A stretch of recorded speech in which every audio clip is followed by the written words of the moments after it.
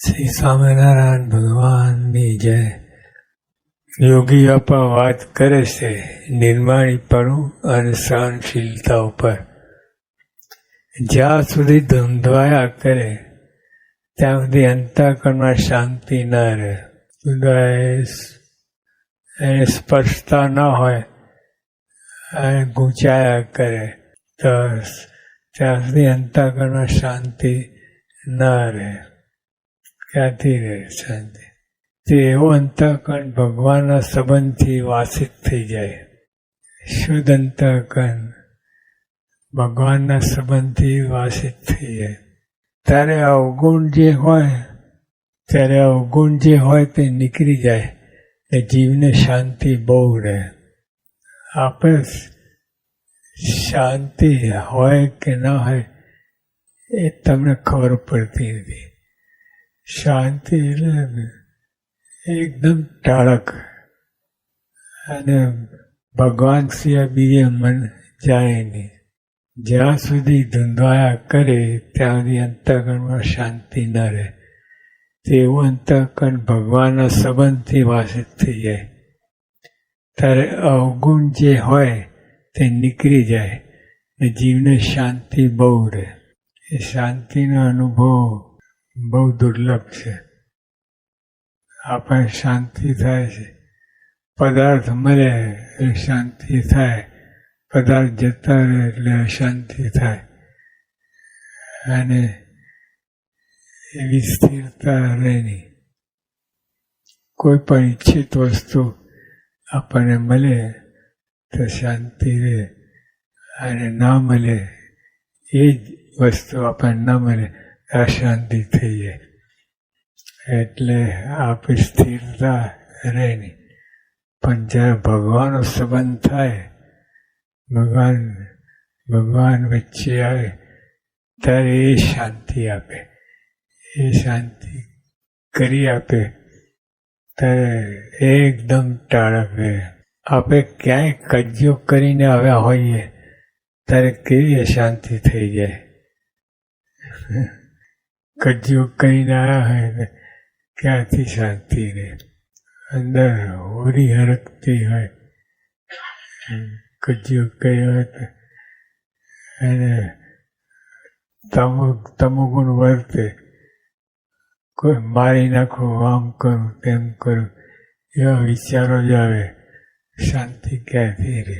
આપણે ક્યાંય કજ્જો કરીને આવ્યા હોઈએ ત્યારે કેવી અશાંતિ થઈ જાય. પણ ખમીને આવ્યા હોઈએ તો શું અશાંતિ થાય? ખમીને એ પ્રયોગ કરવા જેવું છે. ખમીને આવ્યા પણ ખમતા પહેલાં તો કેટલા વિચારો આવી જાય. શું ખમે? પણ ખમીને શ્રીજી મહારાજે આપણે આણંદમાં ઓલા ધૂળ ઢેફા નાખ્યા, અપમાન કર્યું. પણ મહારાજ આને તલવારધારી હતા. એક બધાને કટકા કરી નાખે એવા હતા, શૂરવીર હતા. પણ મહારાજે શાંતિ રાખી અને તળના કાંઠે આવીને બેઠા. પછી મહારાજે કહ્યું કે કેવી અશાંતિ હોય, કેવો ગઢ જીત્યો આપણે. નહીં તો એના 2 માણસ પર અને આપણા 2 માણસ પર અને વધારે કજ્જો થાત અને ભયંકર રૂપ પકડત. પણ શાંતિ રાખી, ધીરે રાખી અને ખમ્યા. મૂળ તો ખમ્યા તો અશાંતિ થાય ક્યાંથી? આપણને કોકે 2 ટુકારા કર્યા હોય, આપણે બે ટુકારે કર્યા હોય ને આપણે સામું ના બોલીએ તો શાંતિ થઈ જાય. આ પ્રયોગ કરવા રહેતા જ નથી. ધારે કે ઉપરથી શાંત રહે પણ મનમાં તો કેટલું બધું કેટલા વિચારો આવીએ કાંઈ પણ ખરેખર ખમ્યા હોઈએ લેટ ગો કર્યા હોય આવું બધું એથી વધારે તો ભગવાન રાજી થાય છે એ મનમાં હોય તો આ બધું બની શકે. એવા ભેળામાં જેનું મન શાંતિ પામે એ મોટો. આવા ભેળામાં જ્યાં કજ્જો થતો હોય, ધમાલ થતી હોય, એ સમયમાં શાંતિ ધીરજ રાખે મારે કે એ જ મોટો. ખમે એ નિર્માની, ખમે એ નિર્માની. બે વેણ સામે કે એમ નહીં, તું એક કહે તો હું લાખ કહું. મનમાં બધું હોય ચાલતું હોય એટલે કોઈ દિવસ શાંતિ થવાની નથી. તમોગુણ પ્રકૃતિ શાંત ચિત્તે વિચાર કરીને આ જ્ઞાનની વાત છે, વિચાર કરવાની વાત છે. ધડાકો ના કરવો, બધું આધ્યાત્મિક માર્ગ જ શાંતિ છે. એમાં કોઈ દિવસ તમોગુણ પ્રવૃત્તિ તો હોય જ નહીં. ખમે નિર્માની, બે વેણ સામા કે એમ નહીં, તું એક કહે તો હું લાખ કહું. કોઈ કહે તું આવો તારામાં અક્કલ નથી તો ખમી લે, એ નિર્માની. ગમે એટલા ઐશ્વર્ય આવે તો પણ ઢાંકીને રહે. હવે એમને મેં ધડાકો કરે તો ઐશ્વર્ય આવે ને ક્યાંથી ખમે. નિર્માની ભક્ત બને એટલે પાત્ર બને. જો પાત્રતામાં આવે નિર્માની થઈને એને કઈ ભગવાનમાં તો પ્રવૃત્તિમાં જોડાયેલો રહે અને બધું લેટ ગો કરે તો શાંતિ રહે. નિર્માણી ભક્ત બને એટલે પાત્ર બને. નિર્માણી ભક્ત બને એટલે પાત્ર બને. પછી ભગવાન નિવાસ કરીને રહે. ભગવાન નિવાસ કરીને તો બધું આવી ગયું.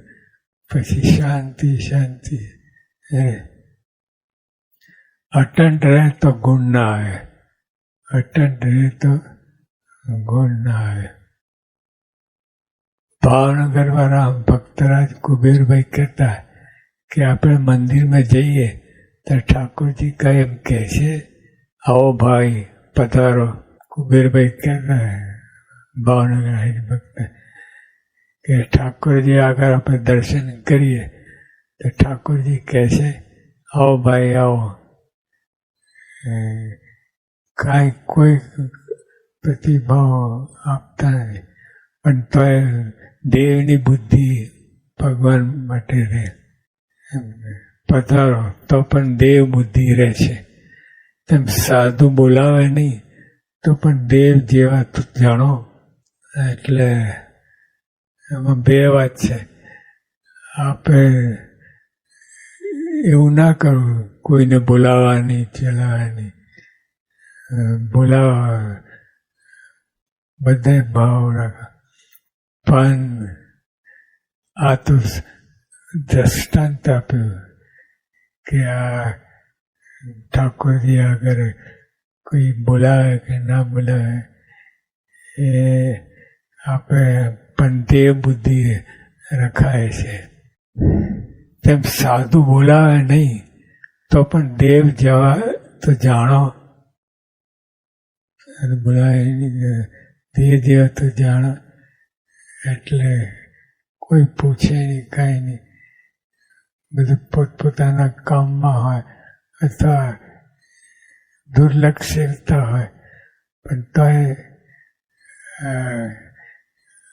દેવ બુદ્ધિ રાખે. મહારાજ સ્વામી આ મૂર્તિઓ કોઈ બોલાવતા નથી તો આપણને અભાવ રહે છે. સતપુરુષ બોલાવે નહીં તો ભાવ ના આવે. મૂળ તો આના ઉપર સ્વામી આવે છે. સતપુરુષ બોલાવે કે ના બોલાવે, તો બોલાવે નહીં તો અભાવ ના આવે. પણ શંકા તો પડે. કાચી બુદ્ધિ હોય તો શંકા તો પડી જાય કે કેમ બોલાય નહીં. ઉપરથી ના બોલે, ધડાકો ના કરે, પણ શંકા તો થઈ જાય. સદગુરુ બોલાવે નહીં તો ભાવ ના આવે, પણ શંકા તો પડે. પણ શંકા ના કરી અને દીવ ભાવ રાખો. શંકા ના કરી પણ દીવ ભાવ રાખો. હજુ ધકતા વળતા નથી એટલું સારું છે. યોગી અપા વિજ્ઞાનદાસ સ્વામીના ભેગા રહ્યા 17 વર્ષ. કેટલું ધક્યા, કેટલું ભર્યા. થાળી હોય પીસેલી, પથ્થરમાં હોય, અને કંઈ જોગી નથી જમવાનું તો ઊભા થઈ જાય. અભાવ ના લે એ તો બહુ મોટી સ્થિતિ કહેવાય. પણ આપણે તો જરાકમાં તું અપવા થઈ જઈએ. હજુ ધકતા વળતા નથી એટલું સારું છે. પણ ધકે વળે તો પણ દીવ ભાવ રહે. યોગી આપણે તો મૂર્તિમાન વિજ્ઞાનદાસ કેટલું ધકતા વળતો, પણ તો એ અભાવ ના લેવું નહીં, દીવ ભાવ રહે. સામે દીવ ભાવ રહે તો માન નીકળી જાય. નાનાને ઠેવે મારે અને મોટાનું રાખે તે પણ મનુષ્ય ભાવ. હવે નાના એટલે આપણાથી બધી રીતે નાના હોય એમને ઠેવે ચડાવે, કાંઈ જાણતા નથી કે. અને મોટાનું માન રાખે, એની પાસે ગરજ હોય, કંઈ જોઈતું હોય એટલે એમને રાખે. નહીં તો એ મોટાને ના રાખે. ગરજ ના હોય તો. પણ આપણે સત્સંગમાં એ રીત છે, અરસપરસ ગરજ અને એકબીજાને તેને કરીને પણ આપણે બધું સરખું ચાલે છે. સદાનંદ સ્વામી મહારાજ.